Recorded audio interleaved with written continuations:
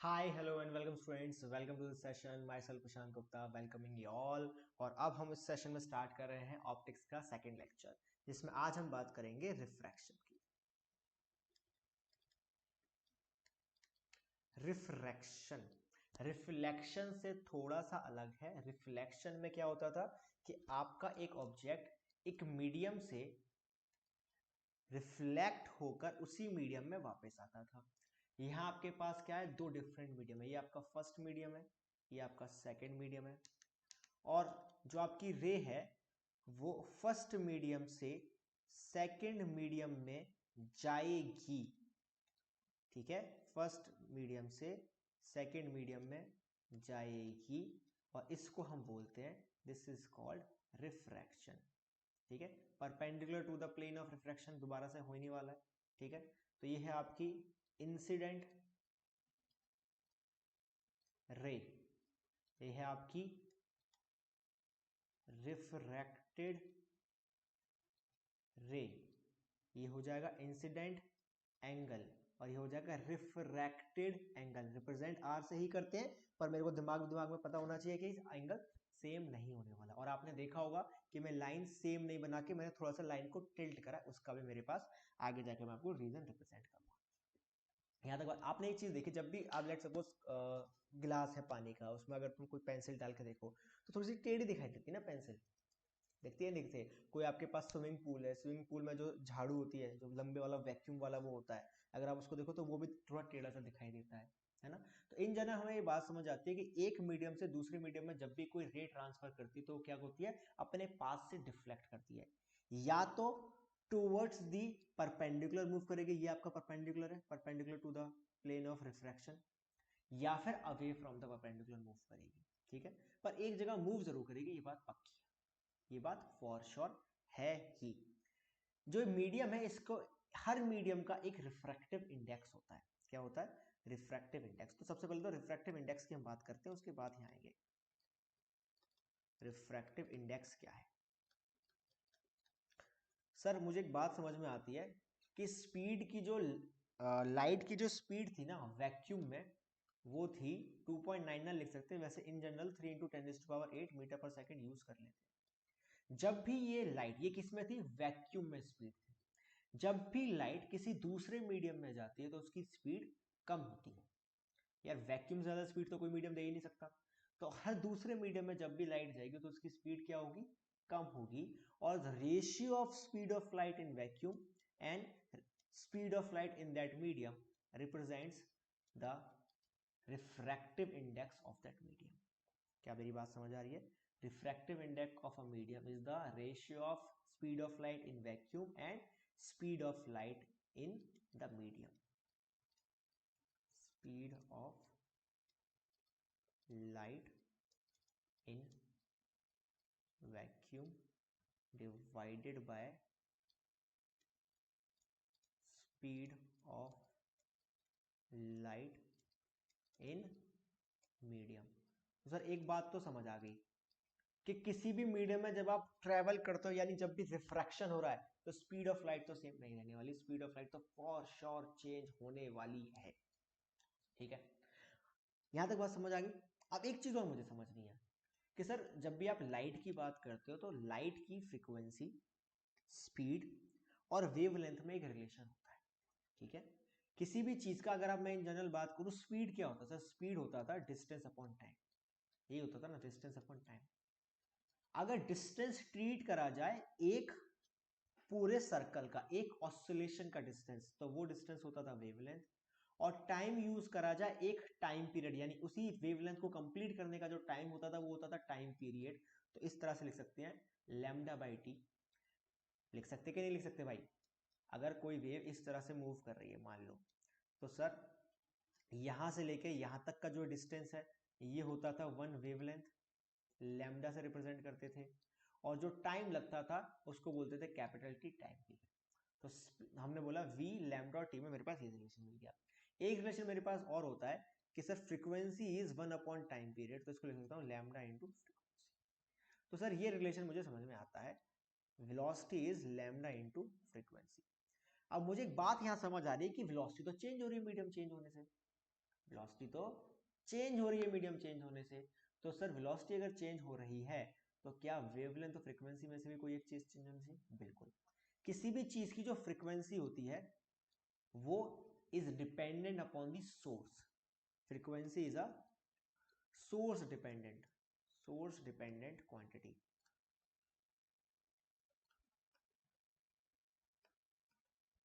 तो वो तो चेंज नहीं रहती, वो सेम रहेगी। बाकी आपका जो वेवलेंथ है that will change and the speed of light will also change. तो यहाँ पे लेट्स सपोज आपके पास कोई स्पीड v1 थी और यहाँ पर लैम्डा वेवलेंथ λ1 थी और फ्रीक्वेंसी f1 थी। तो अब आपके पास क्या मिलने वाला? फ्रीक्वेंसी तो f1 ही रहेगी, स्पीड v2 हो जाएगी और लैम्डा वेवलेंथ λ2 हो जाएगी। तो ये आपके चेंजेस आने वाले हैं। ये जो वन मीडियम था इसको आप refractive index of one medium को n1 से रिप्रेजेंट कर सकते हैं, refractive index of second medium को n2 से। कई बार किसी बुक में n से रिप्रेजेंट कर देते हैं रिफ्रैक्टिव इंडेक्स को और किसी बुक में म्यू से भी रिप्रेजेंट कर देते हैं। तो दोनों ही चलते हैं, ऐसा कोई हार्ड एंड फास्ट रूल नहीं है, जिसने जिसको जैसे समझा वैसे लिख सकता है, कोई बड़ी दिक्कत वाली बात नहीं है। अब रिफ्रैक्टिव इंडेक्स आपको समझ आ रहा है कि सर किसी ना किसी इंटरफेस की बात होती है, यानी फर्स्ट मीडियम से जब सेकंड मीडियम में जा रहा है उसकी बात हो रही है रिफ्रैक्टिव इंडेक्स में। इतना मुझे समझ आ रहा है, ठीक है। जब हम बात करते हैं रिफ्रैक्शन की, now we can talk about the laws of refraction. एक बार रिफ्रैक्टिव इंडेक्स पता चल गया ना, क्या है? Ratio of light, speed of light in vacuum divided by speed of light in medium. इतना सही है। और मैंने अभी थोड़ी देर पहले बोला कि सर जो फ्रीक्वेंसी है वो कांस्टेंट है, इसका मतलब है कि sir velocity is proportional to lambda. Velocity is proportional to lambda, यानी मैं बोल सकता हूं कि c by v will be equals to wavelength of the light in vacuum divided by wavelength of the light in medium। कैसा लिख सकते हैं? बिल्कुल लिख सकते हैं। तो क्या रिफ्रैक्टिव इंडेक्स का एक नया फॉर्मूला मिल गया sir? Refractive index is basically lambda upon lambda M भी इस चीज को लिखा जा सकता है, इसमें कोई शक या दिक्कत या परेशानी वाली बात नहीं है। सही है ना? ऐसा लिख सकते हैं क्योंकि वेवलेंथ के साथ डायरेक्ट प्रोपोर्शनैलिटी है, फ्रीक्वेंसी कांस्टेंट रहती है।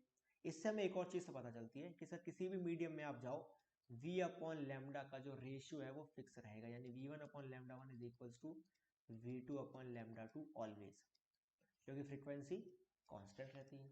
तो फ्रीक्वेंसी क्या है? v by lambda. तो v1 upon lambda 1 upon is equals to v2 upon lambda 2, या लिख सकते हैं v1 by v2 is equals to lambda 1 upon lambda 2, कैसे भी लिख लो, कोई दिक्कत वाली बात है नहीं। तो ये हमें समझ में आ गया रिफ्रैक्टिव इंडेक्स के बारे में। Now we can talk about क्या, अब देखो ये रिलेशन है, अब ये तुमसे एमसीक्यू में पूछे जा सकते हैं कि अगर रिफ्रैक्शन हो रहा है तो बताइए वेलोसिटीज के बीच में अगर रेशियोज ये है तो वेवलेंथ के बीच में रेशियो बता दिए, डायरेक्ट बता सकते हो यहाँ से। या फिर अगर वेवलेंथ वैक्यूम में ये थी, मीडियम में ये थी, तो रिफ्रैक्टिव इंडेक्स बताओ, ऐसे बता सकते हो, कैसे भी बता सकते हो, कोई दिक्कत वाली बात नहीं। Now let's talk about laws of refraction.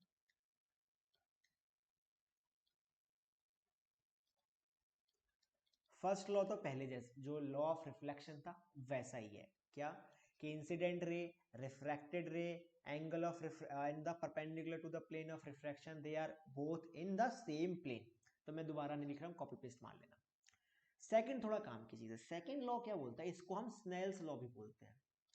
Second law of refraction को स्नेल्स लॉ भी बोला जाता है। ये बेसिकली कहता है क्या है कि पहले मीडियम का refractive index n1 times sin i will be equals to second medium का refractive index times sin r।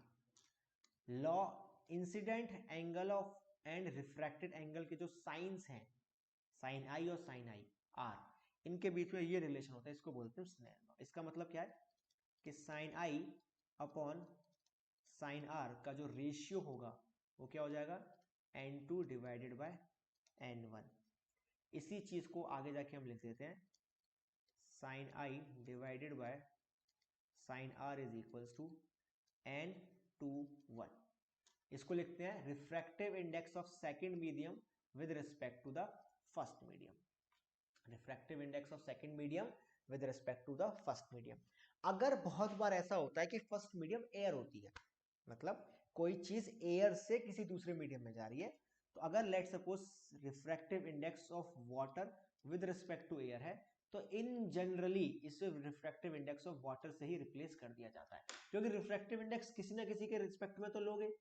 तो इन जनरल जितने भी रिफ्रैक्टिव इंडेक्स आप देखते हो, चाहे वाटर का हो, चाहे ग्लास का हो, चाहे किसी भी ऑयल का हो, वो किसके रिस्पेक्ट में होते हैं? वो एयर के रिस्पेक्ट में ही होते हैं। पर ये बात हमें अंडरस्टूड होनी चाहिए कि ये एक्चुअल में ये है। और एयर का रिफ्रैक्टिव इंडेक्स जो आप लिखते हो वो लिखा जाता है 1। एयर का या वैक्यूम का जो रिफ्रैक्टिव इंडेक्स लिखा जाता है वो लिखा जाता है 1। इसलिए n21 अगर एयर के रिस्पेक्ट में तो सिर्फ n2 बचता है, n1 की वैल्यू तो 1 हो जाती है। यहाँ तक बात क्लियर है? यहीं से हमें एक और बढ़िया सी चीज समझ में आती है कि sir n21 is equals to 1 upon n12, क्योंकि उल्टा लिख सकते हैं, यस और नो? n21 क्या, n2 by n1 is equals to 1 upon n1 by n2। तो ये रिलेशन जो है वो आसानी से प्रूव हो गया। आगे जाके कभी कभी यूजफुल हो सकता है ये रिलेशन, ठीक है? अच्छा, रिफ्रैक्टिव इंडेक्स की बात हो गई, लॉ ऑफ रिफ्रैक्शन की बात हो गई है। अब लॉ ऑफ रिफ्रैक्शन से हमें दो चीजें समझनी है कि कब आप परपेंडिकुलर के क्लोज जाओगे और कब आप परपेंडिकुलर से दूर जाओगे। इस चीज को समझने की कोशिश करते हैं। लेट्स सपोज ये मेरे पास एक लॉ प्लेन ऑफ रिफ्रैक्शन है, ये मैंने ले लिया परपेंडिकुलर कुछ इस तरह से, ठीक है? यहाँ से आ रही है आपके पास एक इंसिडेंट रे कुछ इस तरह से, ये मेरी इंसिडेंट रे है, तो ये हो जाएगा मेरा एंगल ऑफ इंसिडेंस। और इस मीडियम का जो रिफ्रैक्टिव इंडेक्स है वो मैंने लिख लिया n1, ठीक है? कोई दिक्कत वाली बात है नहीं। अब ये जो रे यहाँ से रिफ्रैक्ट होकर जाएगी, इसके दो केसेस हो सकते हैं, ठीक है? या तो ये जाएगी टूवर्ड्स दी परपेंडिकुलर, नॉर्मल ऐसे जाती ना अगर रिफ्रैक्ट नहीं होती, लेकिन क्योंकि रिफ्रैक्ट हो रही है तो that will go either towards the perpendicular, ठीक है? तो इसको बोला मैंने R1। या फिर एक पॉसिबिलिटी ये भी हो सकती थी दैट इट कैन गो कहाँ, अवे फ्रॉम दी परपेंडिकुलर, इस तरह से। तो ये दो पॉसिबिलिटीज की बात होती है, इसको बोल देते हैं R2। अब इन दोनों पॉसिबिलिटीज के लिए रिफ्रैक्टिव इंडेक्स डिफरेंट डिफरेंट होंगी। इसको बोला मैंने n2 और इसको बोला, इस वाले के लिए बोला मैंने इसको n2। कलर कोड कर रहा हूं ताकि तुम्हें समझ आए। स्नेल्स लॉ हर जगह वैलिड है क्या? हाँ सर, स्नेल्स लॉ तो वैलिड है। तो n1 sin i तो दोनों जगह सेम है, is equals to n2 sin r। अब एक बात सोचो, n1 sin i तो फिक्स है, वो तो चीज कांस्टेंट होगी, इसका मतलब n2 और sin r का जो मल्टीप्लिकेशन होगा that quantity should also be fixed. इतनी बात क्लियर आई? हाँ सर, इतनी बात तो समझ आई। अब अगर n1 is n2 is greater than n1, यानी refractive index of second medium is greater than first medium, जिस क्वांटिटी का रिफ्रैक्टिव इंडेक्स बड़ा होता है आप बोलते हो कि that is a denser quantity, denser medium. n2 is denser, n1 is rare, ठीक है? क्योंकि अगर हम बात करें वैक्यूम की किसी और मीडियम में, वैक्यूम ऑब्वियसली रेयर होता है और कोई भी और मीडियम उससे डेंस होगा, ठीक है? तो जो भी मीडियम डेंस होता है उसका रिफ्रैक्टिव इंडेक्स उतना ही ज्यादा होता है। अब अगर रिफ्रैक्टिव इंडेक्स ज्यादा है तब सोचो सर, एक बात समझ आई यहां से कि n2 is greater than n1, तो मैं बोल सकता हूं कि sin i upon sin r will be equals to कितना, n1 अपॉन n2, इस तरह से लिख सकते हैं, sorry n2 upon n1, n2 upon n1। अभी आपने बोला कि n2 is greater than n1, इसका मतलब है कि n2 अपॉन n1 का जो रेशियो होगा that will also be greater then 1। इसका मतलब होगा कि sin i upon sin r का ratio will be greater then 1। इसका बेसिक से मतलब क्या होगा कि sin i will be greater than sin r, या फिर लिख सकता हूं कि r will be less than i, या तो इसको लिख दो i is will be greater than r। यानी जब भी आपकी ray is travelling from a rare to dense medium it will go towards the perpendicular, r की वैल्यू कम हो जाएगी, ठीक है? When you are going from rare to denser, rare to denser, तो रे will move towards the perpendicular, r will be less than i। और इसका उल्टा लिख सकते हैं हम सेम चीज कि when you are moving from denser to rare, तो क्या होगा, ray will move away from perpendicular, it का means R will be greater than I. ये मैंने जान के पूरा डेरिवेशन आपको इसलिए कराया क्योंकि मुझे आपको अभी थोड़ी देर बाद टोटल इंटरनल रिफ्लेक्शन पढ़ाना है, और टोटल इंटरनल रिफ्लेक्शन तब तक समझ नहीं आएगा जब तक ये कंडीशन समझ नहीं आती। ठीक है, ये बात हो गई है। इस चीज को यूज करके एक छोटी सी चीज हम लिख सकते हैं जिसको हम बोलते हैं शिफ्ट। ठीक है, शिफ्ट का बेसिक से मतलब क्या है, लेट सपोज मेरे पास एक पानी का गिलास है। ठीक है भाई, पानी का गिलास है तो क्या भरा होगा, पानी भरा होगा सर इसके अंदर। गिलास किसका है, पानी का है, तो इसके अंदर सब पानी भरा हुआ है। अब इस पानी के गिलास के लेट सपोज नीचे कोई एक ऑब्जेक्ट है, ठीक है, और यहां तक मस्त पानी भरा हुआ है। अब जरा सोच के देखना मैं कहना क्या चाह रहा हूं। मुझे मैंने आपको फर्स्ट क्लास में क्या बताया था कि कोई भी इमेज बनाने के लिए क्या चाहिए होता है सर, कोई भी इमेज बनाने के लिए मिनिमम 2 रेस चाहिए होती हैं, और वो 2 रेस कोई सी हो सकती हैं।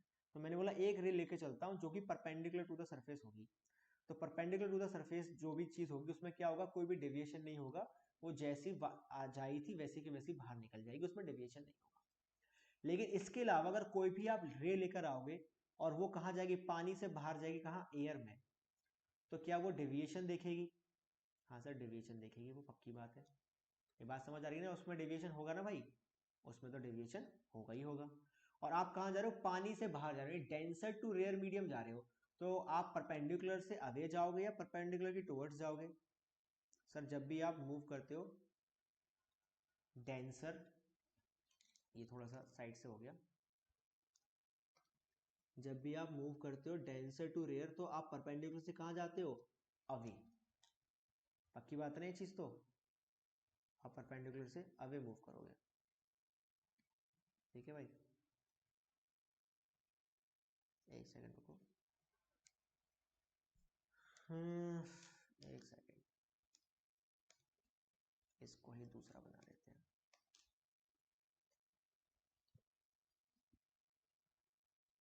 ठीक है, अवे मूव करोगे तो मान के चलता हूं कुछ इस तरह से, अपनी एक्चुअल पाथ को छोड़ के कुछ इस तरह से मूव करोगे, ऐसे कुछ मूव कर जाओगे।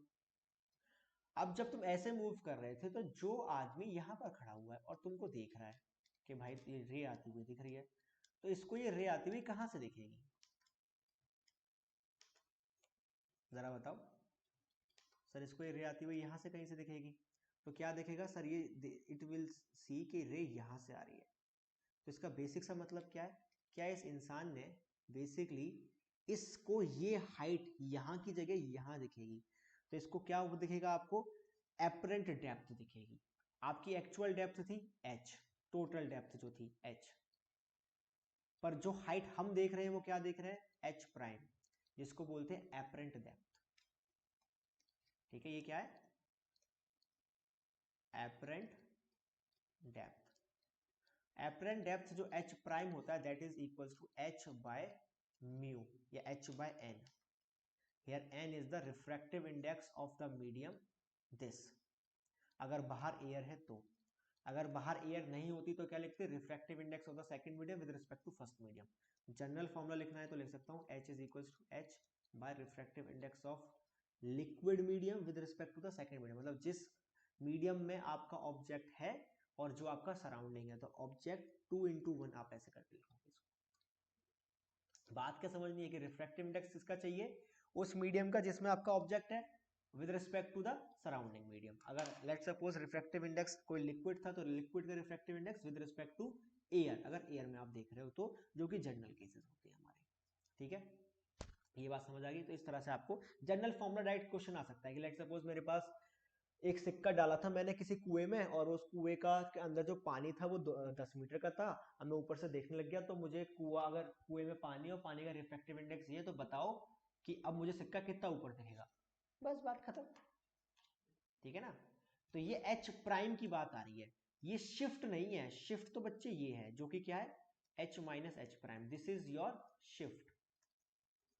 ठीक है, तो अगर मैं चेंज इन हाइट या शिफ्ट की बात करूं तो होगा h minus h prime which will be equals to h minus h by mu, या कह सकते हैं sir delta h will be equals to h common ले लेते हैं 1 minus 1 upon mu, that's it. ये हो जाएगा आपका शिफ्ट।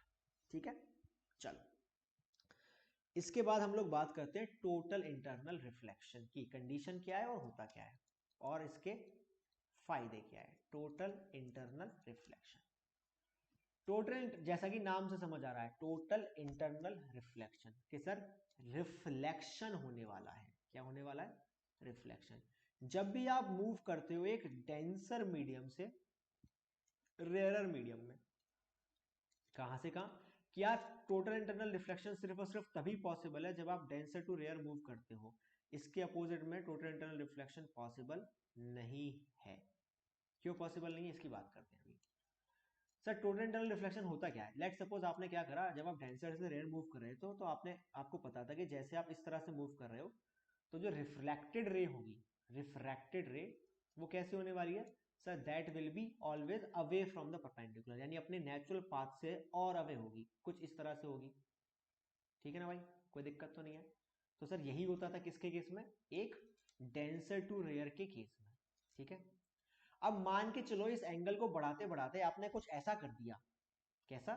एंगल ऑफ इंसिडेंस को बढ़ाते बढ़ाते आपने कुछ ऐसा कर दिया कि एंगल ऑफ रिफ्रैक्शन जो हुआ दैट इज इक्वल टू 90, यानी रे आपकी ऐसे चली गई, ऐसे जाके ऐसे चली गई। तो आपने एंगल कितना कर दिया है? आपने एंगल कर दिया ये 90। अरे भाई एक सेकेंड,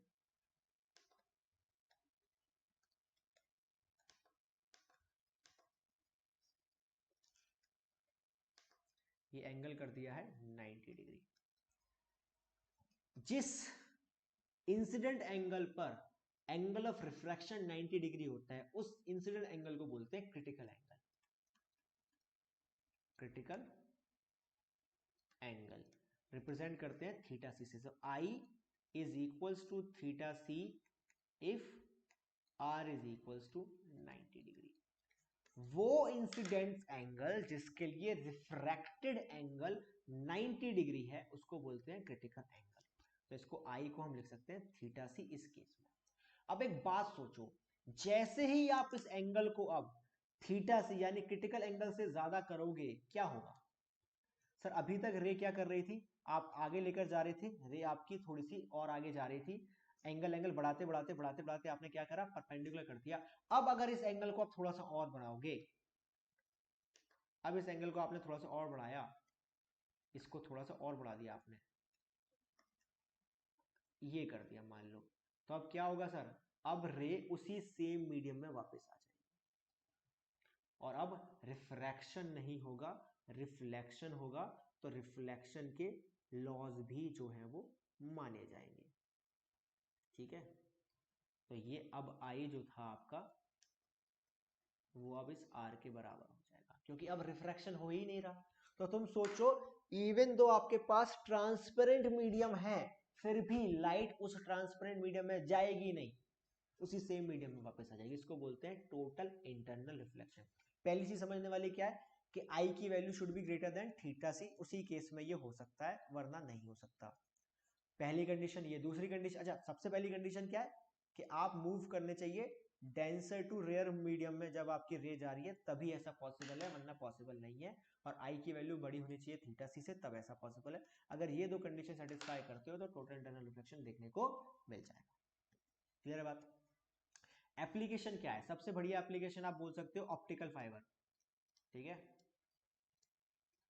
ऑप्टिकल फाइबर जो है बेसिकली क्या होता है, आपके पास ऐसे एक लाइन होता है, उस लाइन ऐसे टेढ़ा मेढ़ा कुछ लाइन होगा और इसके अंदर आप जो भी सिग्नल देते हो वो सिग्नल आपको यहाँ पर दूसरे एंड पर मिल जाता है। क्यों? क्योंकि इस लाइन में दो तरह के मटेरियल होता है, एक तो कोर मटेरियल, कोर मटेरियल के ऊपर दूसरा मटेरियल, और उनके रिफ्रैक्टिव इंडेक्स कुछ इस तरह से होते हैं कि ये जो लाइन हो, ये जो आपके पास सिस्टम में लाइट जा रही है वो अंदर ही अंदर टोटल इंटरनल रिफ्लेक्ट करके यहाँ से बाहर आ जाती है। तो जितने भी आप इंटरनेट यूज कर पा रहे हो, इंटरनेट जो तुम यूज कर पा रहे हो, क्यों यूज कर पा रहे हो? ऑप्टिकल फाइबर की वजह से। आपको पता है ना कि समुद्र में बहुत लंबा लंबा ऑप्टिकल फाइबर केबल डला हुआ है ना? और उस ऑप्टिकल फाइबर केबल की वजह से ही आपके पास पूरा इंटरनेट आ पाता है, पूरी दुनिया की जानकारी आ पाती है। तो ऑप्टिकल फाइबर आप स्ट्रेट लाइन तो नहीं बना सकते ना, तो टेढ़ा मेढ़ा तो होगा, और अगर टेढ़ा मेढ़ा होगा तो उसको ऑप्टिकल फाइबर के थ्रू हम डालते हैं। ठीक है, सबसे बड़ा इसका जो है वो यूज है करंट बेस में। कोई दिक्कत तो नहीं बच्चे? क्रिटिकल एंगल अगर किसी के दिमाग में ऐसा आ रहा होगा सर ये क्रिटिकल एंगल तो बहुत ज्यादा होता है, तो क्रिटिकल एंगल बहुत ज्यादा नहीं होता। वाटर एयर के केस में क्रिटिकल एंगल होता है 48 degrees, 48.75 degrees in the case of water air. ठीक है, अगर आप वाटर से एयर जा रहे हो तो 48.75 डिग्री आपका थीटा सी होता है। इससे ज्यादा एंगल दोगे तो टोटल इंटरनल रिफ्लेक्शन हो जाता है, तो कोई बहुत ज्यादा एंगल नहीं होता। इसी में एक केस आता है डायमंड का। तो डायमंड में जो थीटा सी होता है ना, होता है 2.42 डिग्री। ये आपको वैल्यू याद नहीं करनी है, ठीक है, मैं बस आपको बता रहा हूँ कि डायमंड का जो थीटा सी होता है वो बहुत कम होता है, 2.42 डिग्री। मतलब अगर डायमंड पे आप अप्रोक्सीमेटली पैरेलल लाइंस भी डालोगे ना तो उसके अंदर से रेस का बाहर आना बहुत, आपने देखा ना डायमंड चमकता क्यों है, कि क्योंकि डायमंड के अंदर लेट सपोज आपने एक बार क्या करा, ये आपके पास डायमंड था, इसमें आपको पता है ना बहुत सारे ऐसे बहुत सारे कट होते हैं, तो उन कट्स की वजह से बेसिकली क्या होता है इसका, इसके अंदर एक बार अगर कोई लाइट चली गई तो यहाँ पे टोटल इंटरनल रिफ्लेक्शन करा, फिर यहाँ से यहाँ मुड़ी, यहाँ पे टोटल रिफ्लेक्शन करा, फिर यहाँ मुड़ी, फिर यहाँ मुड़ी, फिर यहाँ मुड़ी, फिर यहाँ मुड़ी, फिर यहाँ मुड़ी। तो ऐसे बहुत सारे मल्टीपल कोलिजन्स के बाद वो लाइट बाहर निकल पाती है, क्योंकि उसको बाहर कब निकलेगी, जब एंगल 2.42 से कम होगा। जब आई इज लेस देन 2.42 होगा, डिग्री से कम होगा, तभी तो बाहर निकल पाएगी, और ऐसा होना बहुत मुश्किल है। तो एक लाइट रे जो अंदर जाती है वो बहुत बार रिफ्लेक्ट करती है सरफेसेस पर, और रिफ्लेक्शन करती है बहुत सारे, उसके बाद बाहर आती है। इसलिए आपको डायमंड्स हमेशा ऐसे चमकते हुए दिखाई देते हैं, क्योंकि लाइट जितनी भी उसके अंदर गई थी वो मल्टीपल रिफ्लेक्शंस के बाद ही बाहर आ पाती है। तो उसके अंदर बहुत ज्यादा लाइट्स रहती है, तो हमें ऐसा लगता है कि वो लाइट सोर्स है, सोर्स नहीं है, वो चमक रहा है। क्यों? क्योंकि जितनी लाइट उसने ऑब्जर्व करी थी वो एकदम से बाहर नहीं निकाल पाया, उसमें मल्टीपल रिफ्लेक्शन हुए इस वजह से। ठीक है, बात क्लियर है? बाकी टोटल इंटरनल रिफ्लेक्शन के आपके पास दो मेन वो और होते हैं, जिसको हम बोलते हैं मिराज या मृच्छका बोल देते हैं। ठीक है, नेचर में अगर आप देखोगे ना तो आपके पास टोटल इंटरनल रिफ्लेक्शन के वो एप्लीकेशन होते हैं। जैसे आपने देखा होगा कि आप किसी वैसी जगह पर हो, बहुत गर्म जगह पर हो, ठीक है, रेगिस्तान वेगिस्तान में अगर आप पहुंच गए, और रेगिस्तान में आपको देखा होगा कि रेगिस्तान में एक चीज होती है कि आपको ऐसा लगता है कि मान लो आगे तालाब है, ये आपको एक वहम होता है। ये वहम क्यों होता है? एक बात देखो, रेगिस्तान गर्म है तो जो एयर जो बहुत ज्यादा पास में होगी वो तो गर्म हो जाएगी। गर्म एयर मतलब रेयर एयर, रेयर एयर मतलब रिफ्रैक्टिव इंडेक्स कम। और जो एयर इसके थोड़ा सा ऊपर होगी वो रिलेटिवली बोल सकते हैं कि ठंडी होगी यानी डेंस होगी। ठीक है भाई, जैसे जैसे इसमें क्या होती है, एयर लेयर होती है ना यार, आपके पास एटमॉस्फेयर में एयर लेयर होती है, इस वजह से क्या होता है आपके पास बेसिकली डिफरेंट डिफरेंट लेयर्स मिल जाती हैं। और डिफरेंट डिफरेंट लेयर्स की वजह से अगर आपके पास यहाँ पर कोई पेड़ है तो उस पेड़ को आप कहाँ से कहाँ मूव कर रहा है, डेंस टू रेयर मूव कर रहा है, तो डेंस टू रेयर मूव करा, मीडियम से थोड़ा बाहर गया, फिर डेंस टू रेयर मूव करा, फिर थोड़ा बाहर गया। यहाँ पर अगर टोटल रिफ्लेक्शन हुआ तो आपको यहाँ दिख गया, तो आपको क्या लगेगा कि पेड़ यहाँ पर है, इसलिए आपको लगता है ये पेड़ की आपने क्या देखा है, रिफ्लेक्शन देखा है। और रिफ्लेक्शन देखा तो आपको लगता है कि वहां पर क्या होगा, पानी होगा, तभी तो रिफ्लेक्शन आया। तो ये सारे आपको मिरिचकाज या मिराजेस जो होते हैं वो दिखते हैं due to total internal reflection. बहुत बार आपने देखा होगा, कभी आप अगर किसी लॉन्ग ड्राइव पर जाओ, किसी बहुत लंबे चौड़े हाईवे पर लॉन्ग ड्राइव के लिए जाओ और बहुत धूप में, तो आप देखोगे बहुत दूर अगर आप देखो ना हाईवे पे, तो आपको ऐसा लगता है कि हाईवे में पानी पड़ रखा हुआ है, पानी पड़ा हुआ है, चमकता है हाईवे। क्यों चमकता है? सेम कहानी कि नीचे टेम्परेचर ज्यादा, रेयर मीडियम, ऊपर टेम्परेचर कम, डेंस मीडियम। तो डेंस टू रेयर मूव कर रहे हो, एक जैसे ही एंगल थीटा से ऊपर हुआ, रिफ्लेक्शन हुआ, और आपकी आंखों को क्या दिख रहा है, आपको डायरेक्ट सनलाइट दिख रही है नीचे से आती हुई, तो आपको लगता है कि नीचे पानी गिरा होगा, तभी तो सनलाइट दिख रही है, वरना क्यों दिखती। तो ये सारे आपको वहम होते हैं मिराज या मिर्चका में। ठीक है भाई, क्लियर है बात?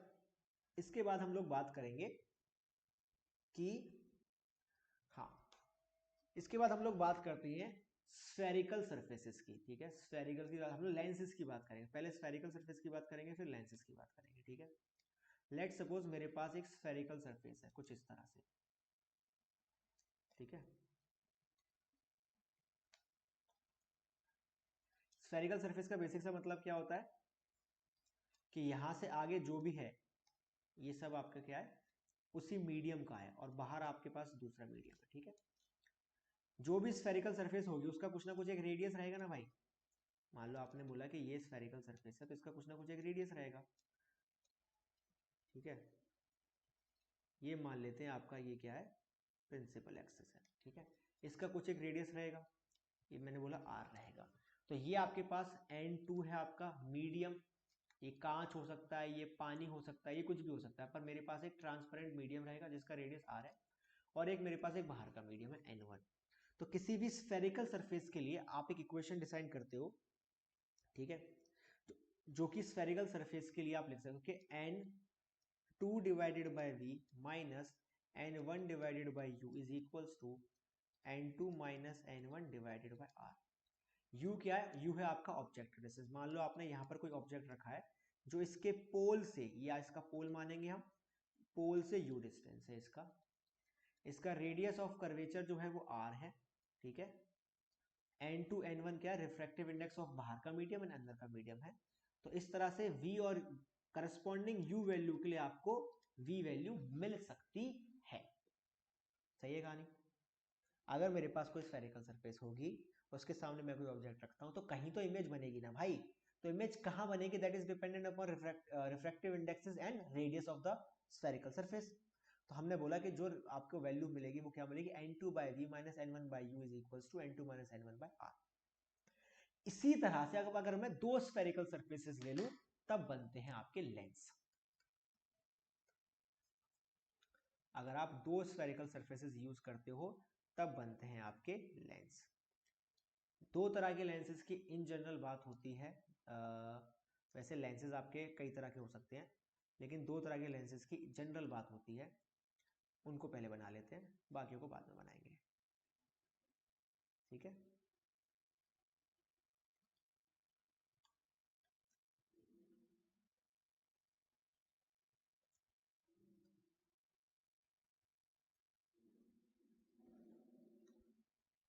एक ये है आपका लेंस और ये है आपका लेंस। इस लेंस को बोलते हैं कॉन्वेक्स लेंस, या कभी कभी इसको बाय कॉन्वेक्स लेंस भी बोल देते हैं, और ये आपका होता है कॉनकेव लेंस। कॉन्वेक्स लेंस को कन्वर्जिंग लेंस भी बोलते हैं, एक और नाम इसका कन्वर्जिंग लेंस है, और इसको डाइवर्जिंग लेंस भी बोलते हैं।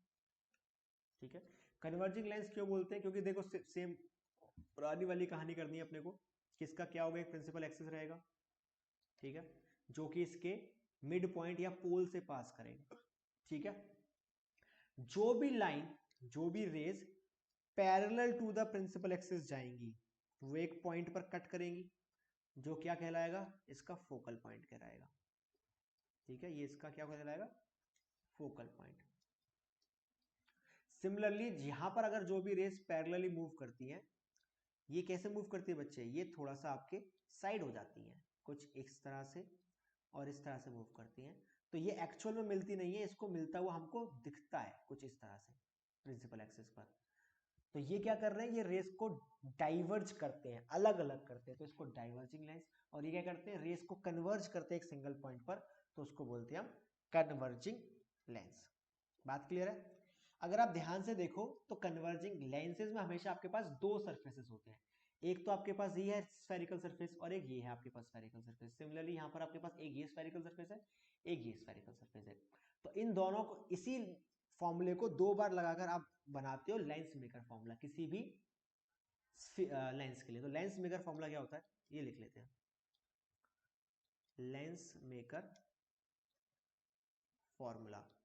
लेंस मेकर फॉर्मूला होता है किसी भी लेंस के लिए, अगर आपको उसकी फोकल लेंथ चाहिए तो आपको वैल्यू चाहिए 1/n2 by n1 minus 1 1/r1 minus 1/r2।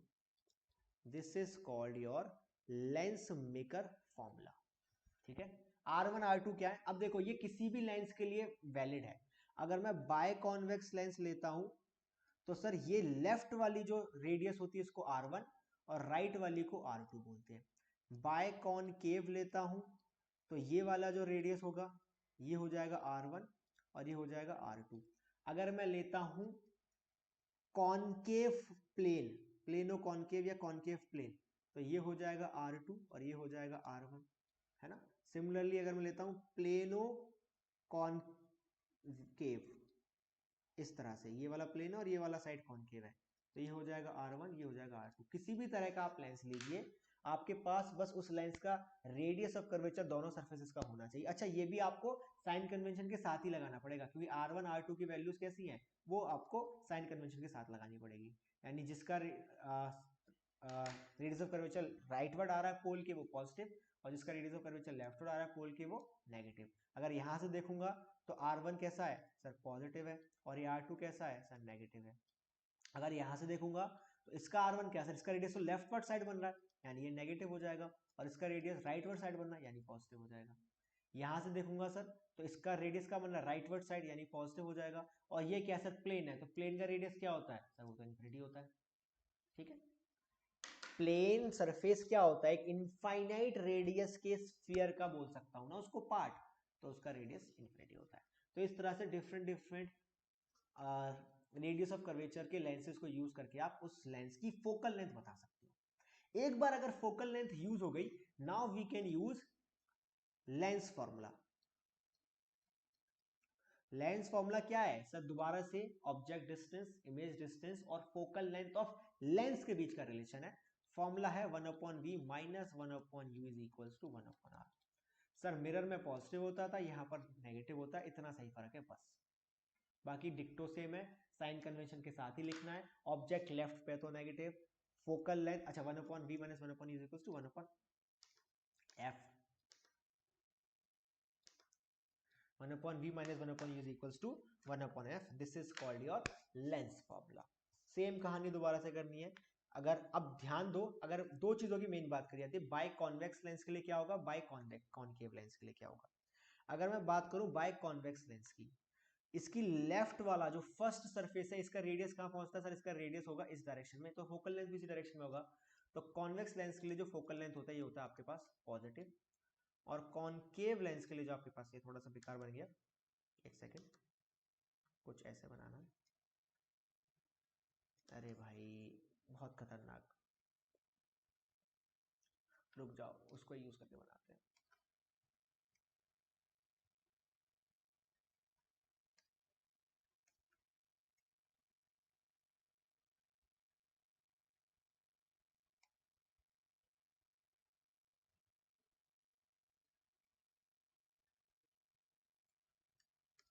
ठीक है,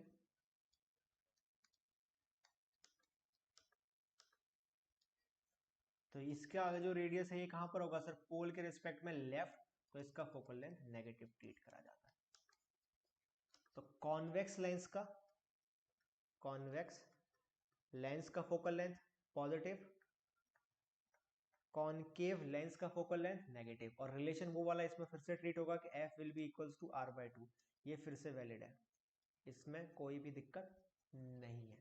इसके अगर मैं केसेस की बात करूं दोबारा से, बाय कॉन्वेक्स लेंस अगर मैं लेके चलता हूं, तो दोबारा से सर वही 7 केसेस 6 केसेस बन सकते हैं, है ना।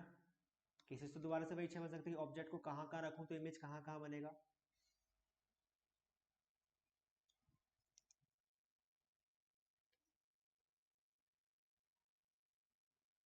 ठीक है, ये जो मिड पॉइंट होगा इसको बोलेंगे सर ये पोल है, ये आपका पोल है।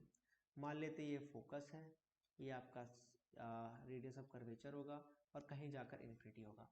अगर इन्फिनिटी पर आपने क्या करा, ऑब्जेक्ट को रखा इन्फिनिटी पर, तो इमेज कहाँ बनेगी सर, दोबारा से इमेज बनेगी फोकल पॉइंट पर। कौन से फोकल पॉइंट पर, इस वाले फोकल पॉइंट पर बनेगी। क्यों, क्योंकि इमेज यहाँ से ऑब्जेक्ट आएगा, इन्फिनिटी पैरेलल लाइंस आएंगी और काट के यहाँ पर जाएंगी, यहाँ से तो यहाँ से आएंगी और इस काट के यहाँ पर जाएंगी।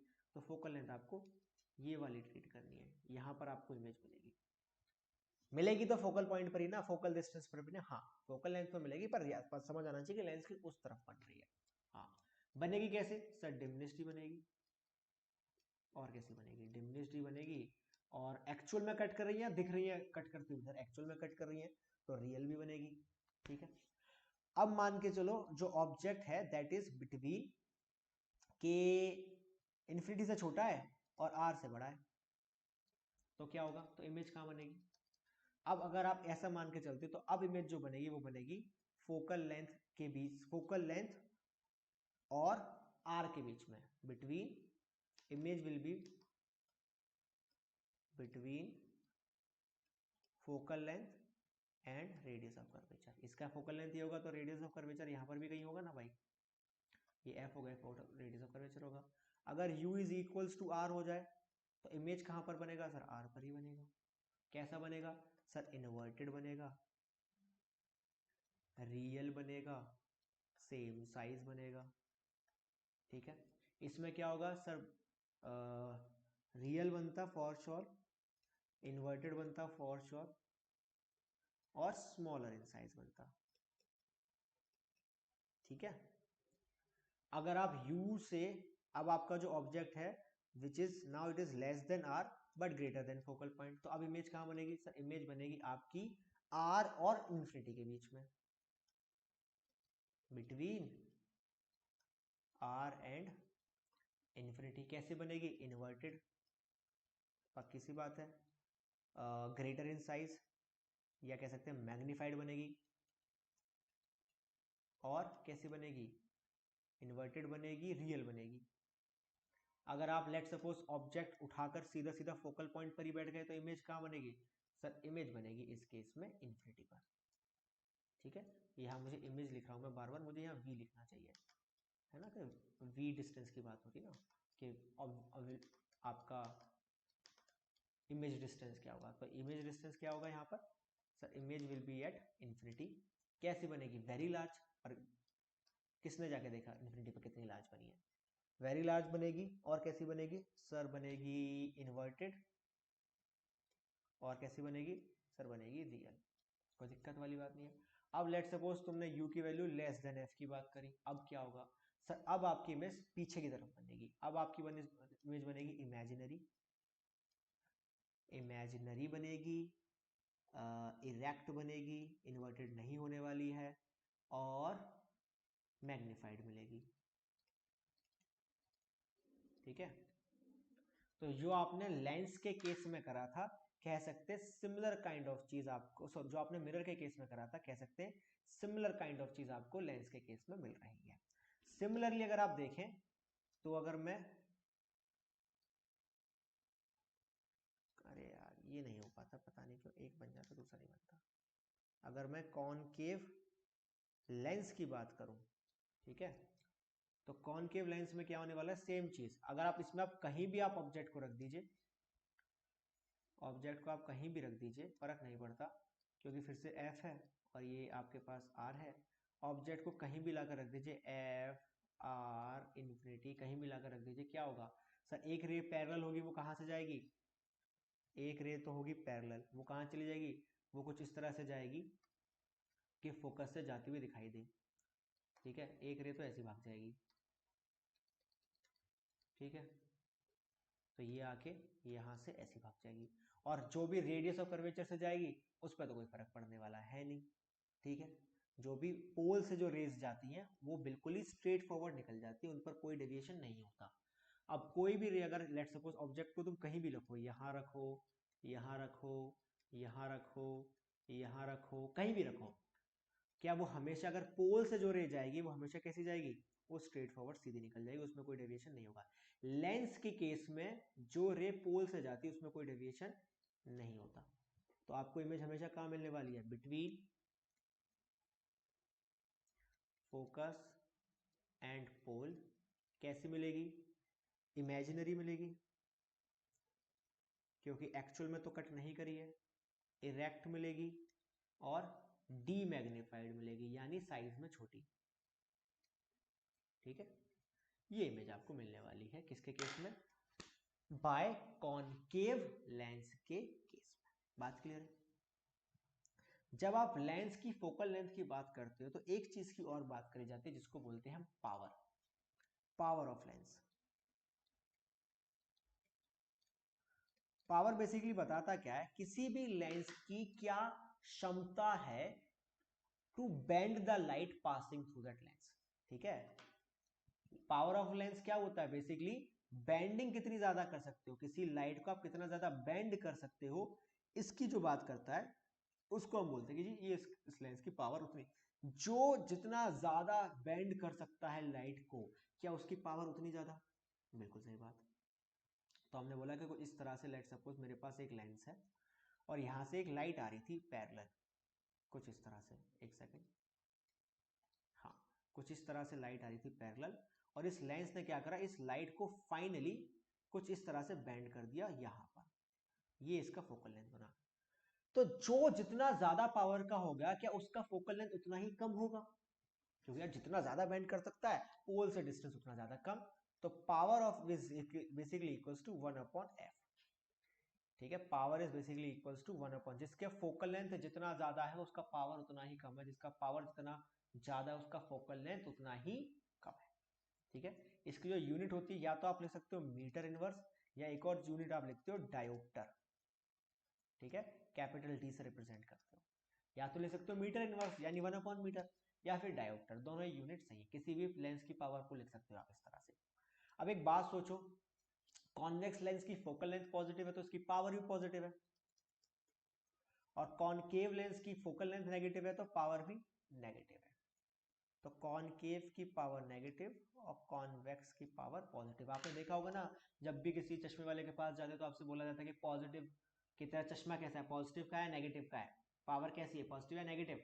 तो बेसिकली क्या बता रहे हो कि तुम्हारे चश्मे में कौन सा लेंस लगा है, कॉन्वेक्स लगा है या कॉनकेव लगा है, यही तो बता रहे हो ना। एसेंशियली जो चीज आप रिप्रेजेंट कर रहे हो वो यही रिप्रेजेंट कर रहे हो कि आपके चश्मे में वो कैसा लगा हुआ है।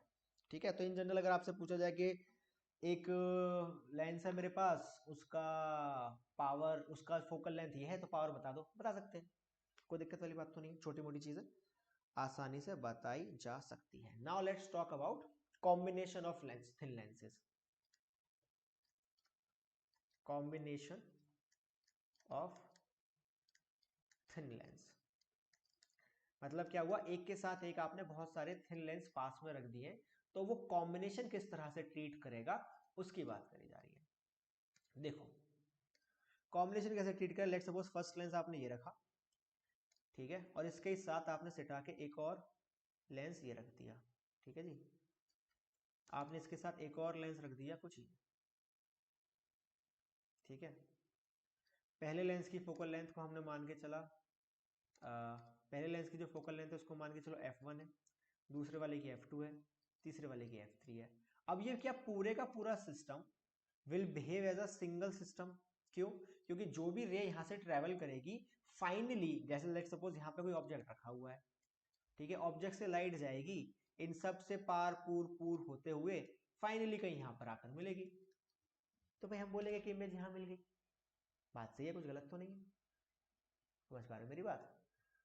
तो ये पूरा एज अ कंप्लीट सिस्टम बात करेगा। अब मुझे एक बात समझ आ रही है कि लेट्स सपोज इसकी फोकल लेंथ f1 दी, तो पावर p1 बोलो, इसकी पावर p2 बोलो, इसकी पावर 3 बोलो।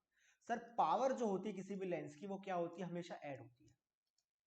क्यों ऐड होती है, क्योंकि सर एक लेंस एक रे को झुकाने की कोशिश कर रहा था, उसी रे को जब दूसरा लेंस दोबारा आएगा तो क्या और झुकाने की कोशिश करेगा, तो बेसिकली उस पावर को बढ़ाएगा, तो पावर हमेशा ऐड होती है। तो पूरे सिस्टम की power is equal to p1 plus p2 plus p3। और सर अभी थोड़ी देर पहले हमने बोला था कि इसको f1 1/f2 और 1/f3 लिख सकते हैं, तो क्या पूरे सिस्टम की पावर को 1/f which is equal to the total equivalent focal length of a system बोल सकते हैं, बिल्कुल बोल सकते हो। तो ये हो जाएगी आपके सिस्टम की फोकल लेंथ, 2 हो लेंस, 3 हो, 4 हो, 5 हो, फर्क नहीं पड़ता, आपको डॉट डॉट के साथ सारे के सारे जो है वो जोड़ देने हैं। ठीक है भाई, ऐसे पावर कितनी भी आगे हो कोई फर्क नहीं पड़ता, आप इस तरह से जोड़ेंगे, उससे आपको क्या मिल जाएगा, एक नेट फोकल लेंथ मिल जाएगी। और क्या जैसे ही मुझे नेट फोकल लेंथ मिलती है, क्या दोबारा से मिरर लेंस फॉर्मूला यूज कर सकता हूँ, यू पता है, एफ नया हमने निकाल लिया है, वी बता देंगे, क्या बड़ी बात होगी।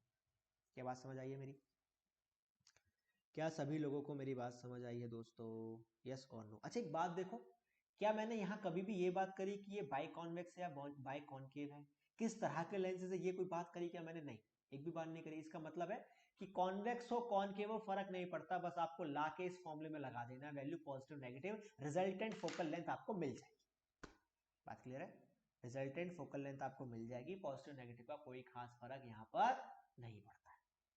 ठीक है, एक चीज और सीखनी है अब हमें, क्या सीखनी है वो, लेंस को जब ब्रेक करते हैं तो उससे क्या चेंजेस आते हैं। कि लेट्स सपोज मेरे पास एक फोकल लेंथ f का, पावर p का और इंटेंसिटी I का एक लेंस था, यानी इसके सामने अगर कोई ऑब्जेक्ट रखता तो उस ऑब्जेक्ट की जो इमेज मिलती उसकी इंटेंसिटी I मिलती, ऐसा मेरे पास एक लेंस था, ठीक है जी। कोई दिक्कत तो नहीं है। अब इस लेंस को मैंने तोड़ दिया, कितने पार्ट में तोड़ा? 2 पार्ट में तोड़ा। तोड़ने के 2 तरीके, एक तो वर्टिकल तोड़ सकते हो, हॉरिजॉन्टल तोड़ सकते हो। अगर आपने तोड़ा है इसको वर्टिकली तो ये कुछ इस तरह से दिखेगा, वर्टिकली 2 पार्ट्स में तोड़ दिया ऐसे, ठीक है। और जो बचा हुआ पार्ट था वो यहां से गायब हो जाएगा भाई। आपने ऐसे तोड़ दिया इसको, तब क्या होगा? और अगर ऐसे तोड़ने की जगह आपने इसको ऐसे तोड़ा है, हॉरिजॉन्टली, हॉरिजॉन्टली का मतलब क्या है? ऐसे, ध्यान दो, ऐसे, अब क्या होगा? ये दोनों चीजें बतानी है सर। जैसे ही अगर मैं इसको वर्टिकली तोड़ता हूं, बेसिकली क्या होता था सर कि जब भी कोई रे आती थी, एक बार यहां से जब इस इंटरफेस पे आती थी तब थोड़ा सा अपने पाथ को चेंज करती थी, और फिर दोबारा से जब इस इंटरफेस पे आती थी तो फिर से अपने पाथ को चेंज करती थी। 2 बार उसमें डेविएशन होता था। जैसे ही आपने कर्व्ड सरफेस एक ही जगह रखी, दूसरी कर्व्ड सरफेस हट गई, तो क्या अब डेविएशन एक ही बार होगा? हाँ सर। तो फोकल लेंथ क्या हो जाएगी सर? फोकल लेंथ हो जाएगी डबल और पावर हो जाएगी हाफ। क्यों? क्योंकि ये सिर्फ ये वाला जो अब जो है कि एक ही बार डेविएट होगा, बस। बात समझ पा रहे हो? एक ही बार डेविएट होगा, बस, बात खत्म। ऐसे सही है, कहानी खत्म। डेविएशन जो आता था वो तो स्फेरिकल सरफेस की वजह से आता था ना, ज्यादा डेविएशन जो आता था। तो फोकल लेंथ डबल हो जाएगी, या कह सकते हैं पावर हाफ हो जाएगी, इंटेंसिटी सेम की सेम बनी रहेगी। अच्छा, इस वाले केस में क्या होगा सर? यहाँ पे तो 2 अभी भी मिल रहे हैं, तो यहाँ पे तो कोई दिक्कत नहीं होनी चाहिए। तो फोकल लेंथ एफ की एफ बनी रहेगी, पावर पी की पी बनी रहेगी। लेकिन पहले आपके पास पूरा लेंस था, तो नंबर ऑफ लाइट जो आ रही थी या अमाउंट ऑफ लाइट जो आ रही थी वो पहले ज्यादा आ रही थी। अब अमाउंट ऑफ लाइट जो है वो कम आएगी, तो इंटेंसिटी आपकी हाफ हो जाएगी। ठीक है, इंटेंसिटी कैसी हो जाएगी? इंटेंसिटी आपकी हाफ हो जाएगी। बात क्लियर है सबको? फोकल लेंथ से, पावर से, इंटेंसिटी हाफ। ठीक है, तो जब भी आप किसी लेंस को तोड़ते हो तो इस तरह से तोड़ते हो, तो ये सब कहानियां हमारे पास मिलती हैं। लेंस के बारे में सारी बातें हमारी हो चुकी हैं। ठीक है, अब लेट्स सपोज हम बात करते हैं, एक सेकेंड, वो लेट्स वेट। ठीक है, इसके बाद 2 चीजों की और हम बात करेंगे। ठीक है, एक चीज की बात करेंगे, वैसे प्रिज्म की थोड़ी सी बात करेंगे। प्रिज्म क्या होता है बच्चे, पता है क्या? सर एक ट्राइंगुलर गुटका सा होता है, किसका? किसी मीडियम का, इन जनरल कांच का होता है, इसको हम बोल देते थे प्रिज्म। प्रिज्म करता क्या है सर? जब भी प्रिज्म से आप एक व्हाइट लाइट क्या करते हो, प्रिज्म में क्या जाती है? व्हाइट लाइट जाती है। ये कौन सी लाइट है? व्हाइट। अब व्हाइट पेपर पर व्हाइट लाइट नहीं दिखा सकता ना, तो ऐसे दिखाया है। मान लो कि ये व्हाइट लाइट है, ठीक है। जब भी किसी प्रिज्म से व्हाइट लाइट जाएगी, तब देखो इन जनरल हमें एक बात समझनी होगी कि अब इसमें क्या होगा कि सर ये इसका कुछ परपेंडिकुलर होगा, तो इस परपेंडिकुलर के रिस्पेक्ट में क्या होगा? ये डेविएट करेगी अपने पाथ से। लेकिन जो डेविएशन होता था पाथ में, वो डेविएशन जो होता था that is dependent upon the refractive index of the material. और हर कलर का रिफ्रैक्टिव इंडेक्स अलग होता है। Every colour has different refractive index. White colour 7 basic colour से मिलकर बना हुआ है, violet, indigo, blue, green, yellow, orange, red, ये हम सबको पता है। तो बेसिकली होता क्या है, जब ये इससे पास करता है तो क्या करता है? अपने 7 बेसिक कलर्स में टूट जाता है। डेविएट तो होएगा अपने पाथ से, लेकिन कितना डेविएट होएगा? अब तुम जा रहे हो कहाँ?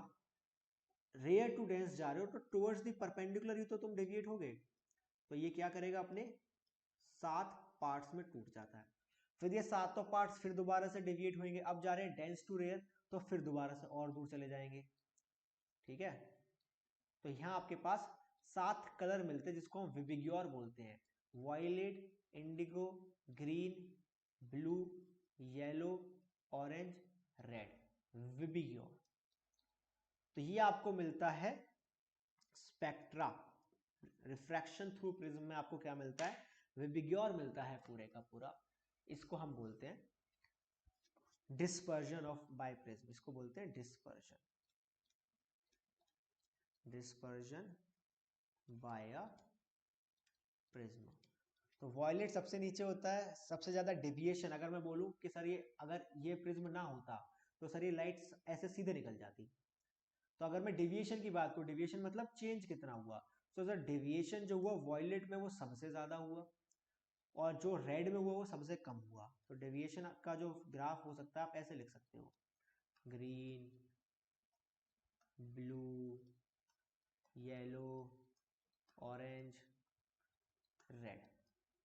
ठीक है, इस तरह से आप ग्राफ बना सकते हो डेविएशन का। सबसे ज्यादा डेविएशन होता है वॉयलेट में, सबसे कम डेविएशन होता है रेड कलर में। क्या बात समझ पा रहे हो मेरी?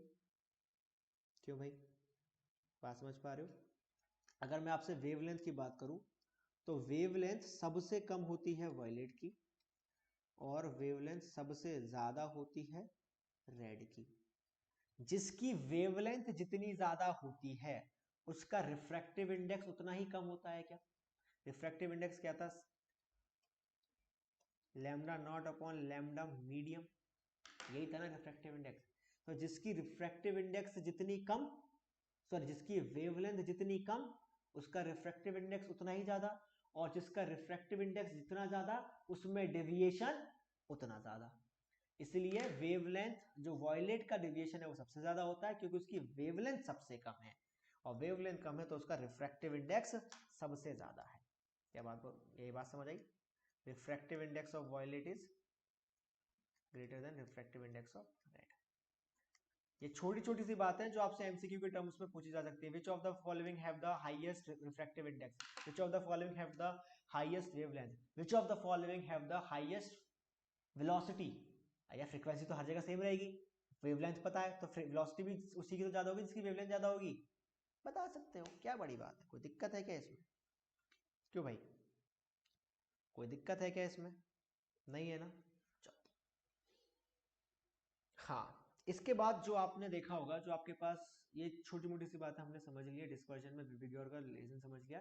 प्रिज्म के बारे में दो बातें और समझनी है हमें। प्रिज्म में आपके पास तीन चीजें हैं समझने वाली। क्या है कि जब भी कोई प्रिज्म बनता है उसमें तीन तरह के एंगल सबसे ज्यादा इंपॉर्टेंट है। ऐसे तो बहुत सारे एंगल्स इंपॉर्टेंट है पर तीन एंगल सबसे ज्यादा इंपॉर्टेंट है। सबसे पहला एंगल, जिस एंगल से वो रे उस प्रिज्म में एंटर करती है उसको बोलते हैं इंसिडेंट एंगल।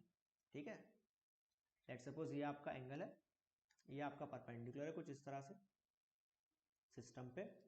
तो ये जो एंगल होगा किसका? सिस्टम, जिस एंगल से आप प्रिज्म के अंदर जा रहे हो इसको बोलते हैं इंसिडेंट एंगल। अब आप अंदर कहीं मूव करोगे, मूव करने के बाद दोबारा से रिफ्रैक्ट होके बाहर निकलोगे, तो जिस एंगल से बाहर निकलोगे उस एंगल को बोलते हैं इमर्जेंट एंगल। ठीक है, ये है इंसिडेंट, ये है इमर्जेंट। एक जो ऊपर वाला एंगल होता है बेस के अपोजिट, इसको बोलते हैं प्रिज्म एंगल, इसको ए से रिप्रेजेंट करती है, होता है आपका प्रिज्म एंगल। ठीक है, एक चीज होती है इसको बोलते हैं डेविएशन।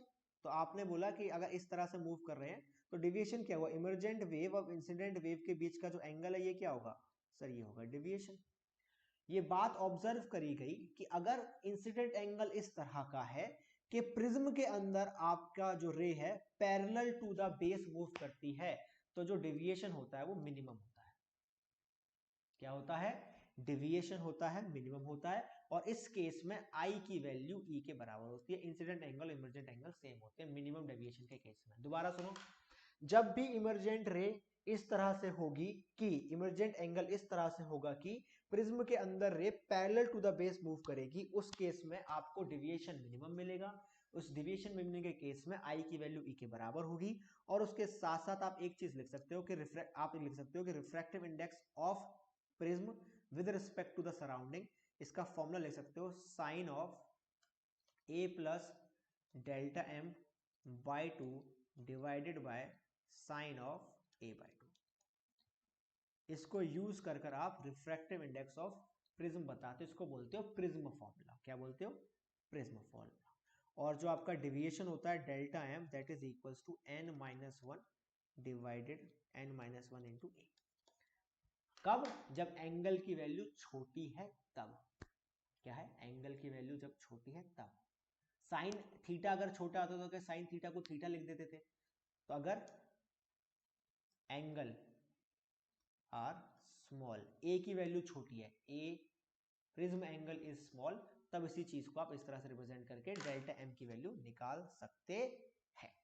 ठीक है, तो प्रिज्म के ये दो फॉर्मूले हैं जो यूजफुल होंगे। विबिग्योर का मतलब समझ आ गया होगा, किसमें कितना डेविएशन होता है, डेविएशन का रेशियो क्या है, रिफ्रैक्टिव इंडेक्सेस का रेशियो क्या है, ये सब आपको समझ आ गया होगा। चलो ऑन दैट नोट आज के इस सेशन को हम लोग एंड करेंगे। नेक्स्ट सेशन में हम लोग इसी के कुछ छोटी छोटी बातें स्टार्ट करेंगे, सम नेचुरल फिनोमेना की बात करेंगे, and then will move on to optical instrument. देखो लेंसेज में समझने वाली सिर्फ दो चीजें। सबसे पहले तो आपका आता है लेंस मेकर फॉर्मूला। क्यों? क्योंकि वो किसी भी चीज के लिए फोकल लेंथ बता सकता है उस चीज की, ठीक है, फोकल लेंथ बता सकता है। तो सबसे पहले तो लेंस मेकर फॉर्मूला, उसके बाद लेंस फॉर्मूला या लेंस इक्वेशन जिसको बोलते हैं वो इंपॉर्टेंट है। इन दोनों के बाद कॉम्बिनेशन ऑफ लेंसेज का इक्विवेलेंट फोकल लेंथ निकालने का जो फॉर्मूला हमने लिखाया कि 1/f equivalent is equals to 1/f1 plus 1/f2 plus 1/f3। f1 f2 f3 जो भी पॉजिटिव नेगेटिव आप ट्रीट करोगे, कॉन्वेक्स के लिए पॉजिटिव, कॉनकेव के लिए नेगेटिव, वो ट्रीट करके टोटल फोकल लेंथ आ जाएगी, वो बता सकते हो। ये तीन चीजें इंपॉर्टेंट है। उसके बाद प्रिज्म, ठीक है, डायरेक्ट फॉर्मूला बेस्ड क्वेश्चन आपको मिल जाएगा। वी यू अगर गिवन है तो एफ बता सकते हो, एफ यू गिवन है तो वी निकाल सकते हो। मतलब कुछ ना कुछ दो वैल्यूज गिवन होंगी, तीसरी पूछ जाएगी। सिंपल मैथमेटिक्स है और कुछ नहीं, ठीक है, और कुछ खास इसमें नहीं है। चलो बाकी स्टार्ट करेंगे नेक्स्ट क्लास से। आई होप आपको सेशन समझ आया होगा। Thank you so much for being here. This is Prashant Gupta signing off. Bye, take care and love you.